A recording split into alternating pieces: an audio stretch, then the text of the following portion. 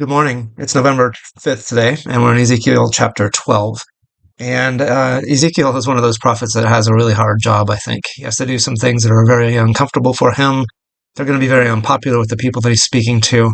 Unfortunately, his message isn't going to be well received or received at all at times. And so here's another one of those episodes in Ezekiel's life, just like with Jeremiah or Isaiah or Hosea or others who had difficult tasks to do for the Lord. This is what it says at the beginning of chapter 12. The word of the Lord came to me, Son of man, you are living among a rebellious people. They have eyes to see, but do not see, and ears to hear, but do not hear, for they are a rebellious people.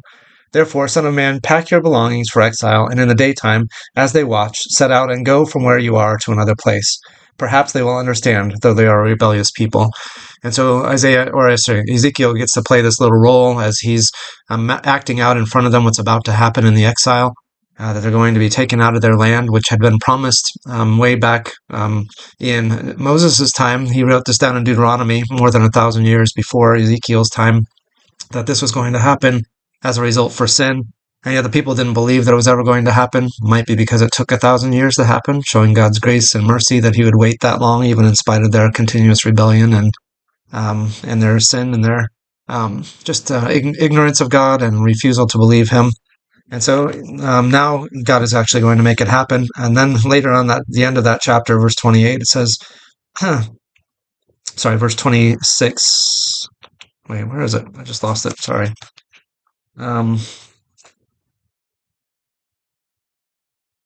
Verse 28. Sorry. Therefore, say to them, this is what the sovereign Lord says. None of my words will be delayed any longer. Whatever I say will be fulfilled, declares the sovereign Lord.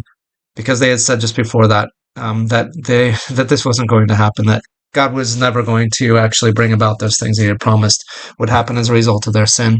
And so it might take a long time, but God always fulfills his promises, even if those promises are promises of destruction in consequence for sin. And so Ezekiel's going to see it happen within his own day. In fact, it did happen within his own day. And the people are going to now understand that what's taking place is what he's prophesying is actually going to take place within their lifetimes. So not always is prophecy delayed. Not always do we know when God is going to finish his timing and bring to an end those things that he has promised in the past. And so Ezekiel gets the unfortunate job of telling people it's happening to you right now.